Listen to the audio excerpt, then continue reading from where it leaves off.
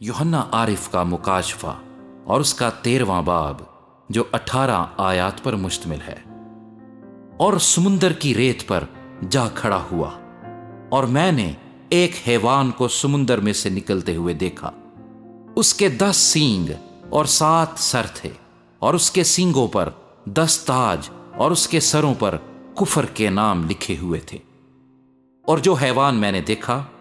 اس کی شکل تیندوے کی سی تھی، اور پاؤں ریچھ کے سے، اور منہ ببر کا سا۔ اور اس اژدہے نے اپنی قدرت اور اپنا تخت اور بڑا اختیار اسے دے دیا، اور میں نے اس کے سروں میں سے ایک پر گویا زخم کاری لگا ہوا دیکھا، مگر اس کا زخم کاری اچھا ہو گیا، اور ساری دنیا تعجب کرتی ہوئی اس حیوان کے پیچھے پیچھے ہو لی۔ اور چونکہ اس اژدہے نے اپنا اختیار اس حیوان کو دے دیا تھا، اس لیے انہوں نے اژدہے کی پرستش کی، اور اس حیوان کی بھی یہ کہہ کر پرستش کی کہ اس حیوان کی مانند کون ہے،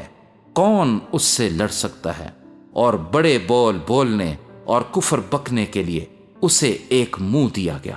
اور اسے 42 مہینے تک کام کرنے کا اختیار دیا گیا۔ اور اس نے خدا کی نسبت کفر بکنے کے لیے منہ کھولا کہ اس کے نام اور اس کے خیمہ یعنی آسمان کے رہنے والوں کی نسبت کفر بکے، اور اسے یہ اختیار دیا گیا کہ مقدسوں سے لڑے اور ان پر غالب آئے، اور اسے ہر قبیلے اور امت اور اہل زبان اور قوم پر اختیار دیا گیا، اور زمین کے وہ سب رہنے والے جن کے نام اس پرے کی کتاب حیات میں لکھے نہیں گئے جو بنائے عالم کے وقت سے ذبح ہوا ہے، اس حیوان کی پرستش کریں گے۔ جس کے کان ہوں وہ سنے، جس کو قید ہونے والی ہے وہ قید میں پڑے گا،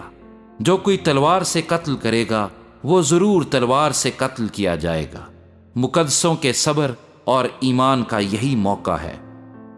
پھر میں نے ایک اور حیوان کو زمین میں سے نکلتے ہوئے دیکھا۔ اس کے برے کے سے 2 سینگ تھے، اور اژدہے کی طرح بولتا تھا، اور یہ پہلے حیوان کا سارا اختیار اس کے سامنے کام میں لاتا تھا، اور زمین اور اس کے رہنے والوں سے اس پہلے حیوان کی پرستش کراتا تھا جس کا زخم کاری اچھا ہو گیا تھا، اور وہ بڑے بڑے نشان دکھاتا تھا، یہاں تک کہ آدمیوں کے سامنے آسمان سے زمین پر آگ نازل کر دیتا تھا، اور زمین کے رہنے والوں کو ان نشانوں کے سبب سے جن کے اس حیوان کے سامنے دکھانے کا اس کو اختیار دیا گیا تھا اس طرح گمراہ کر دیتا تھا کہ زمین کے رہنے والوں سے کہتا تھا کہ جس حیوان کے تلوار لگی تھی اور وہ زندہ ہو گیا اس کا بت بناؤ، اور اسے اس حیوان کے بت میں روح پھونکنے کا اختیار دیا گیا تاکہ وہ حیوان کا بت بولے بھی، اور جتنے لوگ اس حیوان کے بت کی پرستش نہ کریں ان کو قتل بھی کرائے۔